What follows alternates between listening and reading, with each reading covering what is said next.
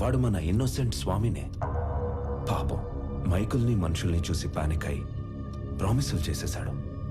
మీ fan వాడు, మన పని అయిపోతుంది. మీకోసం ఫ్లవర్ కూడా పంపాడు. యుద్ధం చేస్తుంది పులితో నా నక్కతో అంతనీరోడు నా పక్కన ఉండకూడదు. ఒకడి గురించి ఎంక్వైరీ చేయమన్నప్పుడు 10 సార్లు తెలుసుకుని చెయ్యాలి. వాడి నిజమేంటి, అబద్ధమేంటి, సీక్రెట్స్ ఏంటి అని. తన ఐడెంటిటీ అంతా పర్ఫెక్ట్ గానే ఉంది. వీడు వేరు, వాడు వేరు సార్. వ్యాపారం చేస్తున్నప్పుడు దిద్దుకోవచ్చు, దౌర్జన్యం చేస్తున్నప్పుడు దిద్దుకోలేం. స్వామి ఏంటనేది పూర్తిగా తెలుసుకుని చెప్పాలి, చూసి చెప్పకూడదు. పాగాల ఉన్నది పులా నక్కాని గుర్తుపట్టలేడు. నా పక్కనుంటే పోయేది నా ప్రాణం కాదు, నా సామ్రాజ్యం. నా బలం చదివాడు, నా బలహీనతని వాడాడు. టీ కొట్టడానికి నన్నే రమ్మంటున్నాడు. ఆ స్వామిని వదలను.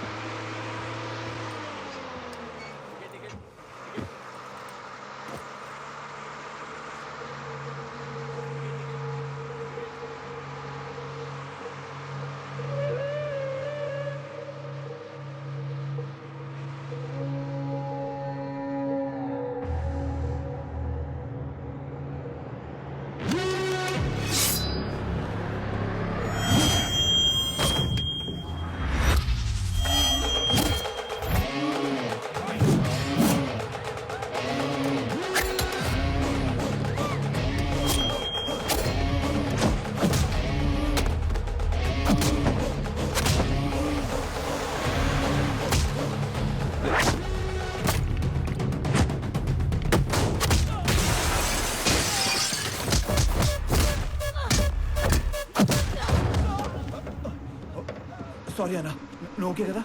చూసుకోలేదు, నీకేం కాలేదు?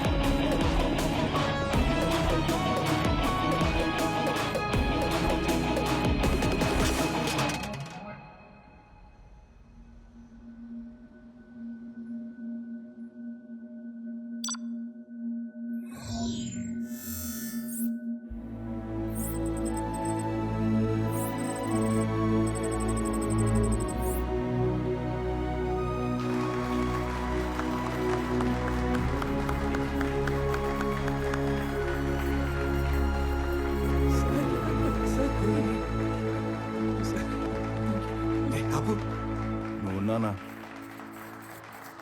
నా కూతుర్ని చక్రవర్తి కోడలు చేద్దాం అనుకుని ఈ స్వామిని ఆయన కొడుకుని చేశాను. నా కూతురు కోసం టికెట్ కొంటే లాటరీ ఇడికి తగిలింది. మీ కూతురు కాబోయే మొగుని చంపేసి మీకు మొగును తెచ్చుకున్నారు. లాటరీ తగిలింది మీకు. కొడితే కోమాలోకి పోతావు. మరి మీ కారు ఎక్కడ కోమాలో దోలాలా?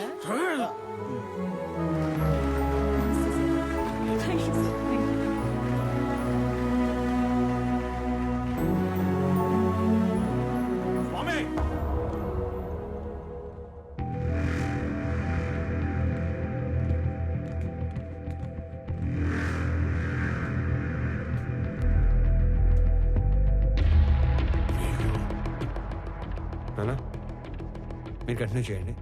Okay, I take care. It's okay. Careful.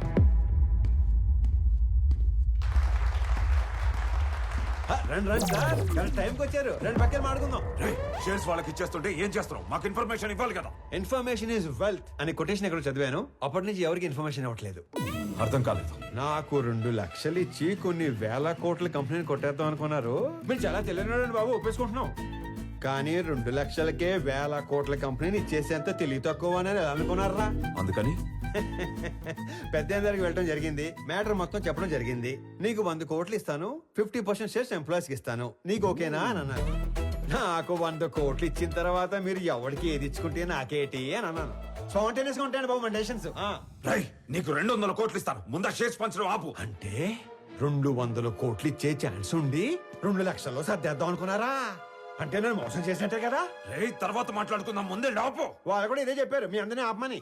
Roy, నేను తలుచుకుంటే నిన్ను చంపడం నాకు ఈల వేసినంత ఈజీ. ఏలంటే ఎలాగేస్తారండి?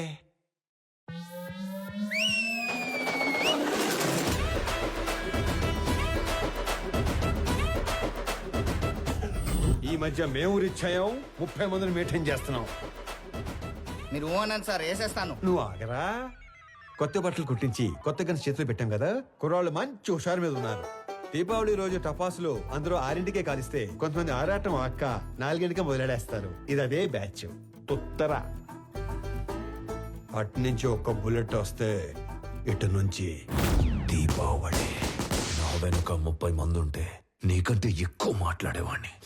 నేను వెనకున్న వాళ్ళని చూసుకొని ముందుకొచ్చిన వాడిని కాదు రోయ్. వెనక ఎవడు లేకపోయినా ముందుకి రావచ్చు అని ఎగ్జాంపుల్ సెట్ చేసిన వాడిని. Boys relax. రేయ్, నీకు కామెడీగా ఉందా? ఈ విషయం తెలిసి మా నాన్న దిగితే రౌడీయిజంలో కూడా నెపోటిజం ఏంట్రా? నీ బాబు ఏం చేస్తాడో కాదు, నువ్వేం చేస్తావో చెప్పు. చెప్పడానికి లేదా? అయితే ఓ పని చేయి. దేవుడు మనిషికి నవరంధ్రాలు ఇస్తాడు. అందులో ముఖ్యమైనవి 2. ఒకటి ముందు భాగంలో పైన, రెండోది వెనక భాగంలో కింద ఉంటాయి. ఆ 2 అరచేత్తో మూసుకొని ఇంటికి దుబ్బే. ఎక్కడికి రా వెళ్ళేది? అది ఆపిన తరువాతే ఇక్కడి నుంచి కదులుతాం. అవసరమైతే చక్రవర్తిని చంపేనా. వీళ్ళు విలన్ బయటకు వచ్చేస్తున్నాడు. మాక్సిమం యాక్షన్ వైలెన్స్ లేకుండా డీల్ చేద్దాం అనుకున్నాను. రే, ఏదైనా మ్యూజిక్ పెట్టించండి రా, కొంచెం డైవర్ట్ అవుతాను. ఏరా, జాయిన్ అవుతావా? ఇటు మ్యూజిక్ సెన్స్ లేదు.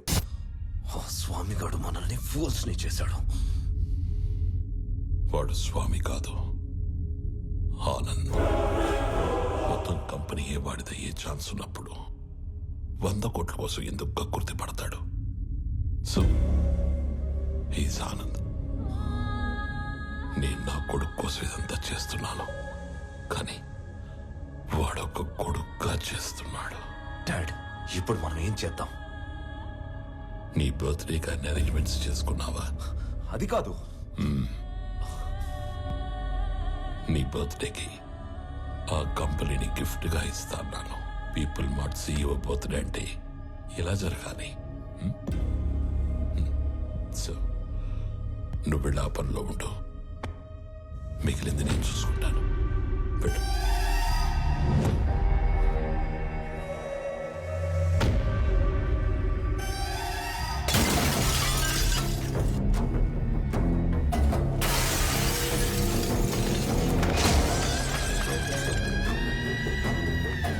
ఎవడు స్వామి, ఎవడు ఆనంద?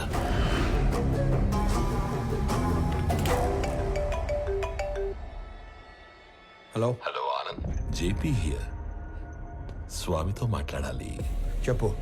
నేను ఓడిపోయాను అనే దానికంటే మోసపోయాను అనేది ఎక్కువ హర్టింగ్ గా ఉంది. ఒక మనిషి 2 ఏళ్లలో పెరుగుతాడని ఎక్స్పెక్ట్ చేయం కాబట్టి నువ్వు వాడిందల్లా ఆట అయింది. ఇప్పుడు ఆట నేనాడాలి కదా. మీ నాన్న పేరు వాసుదేవరావు కదా? చిన్నప్పుడు నేను ఎప్పుడైనా కొట్టాడా? కొట్టుండట్లే. పోనీ మీ నాన్నని కొట్టడం ఎప్పుడైనా చూసావా?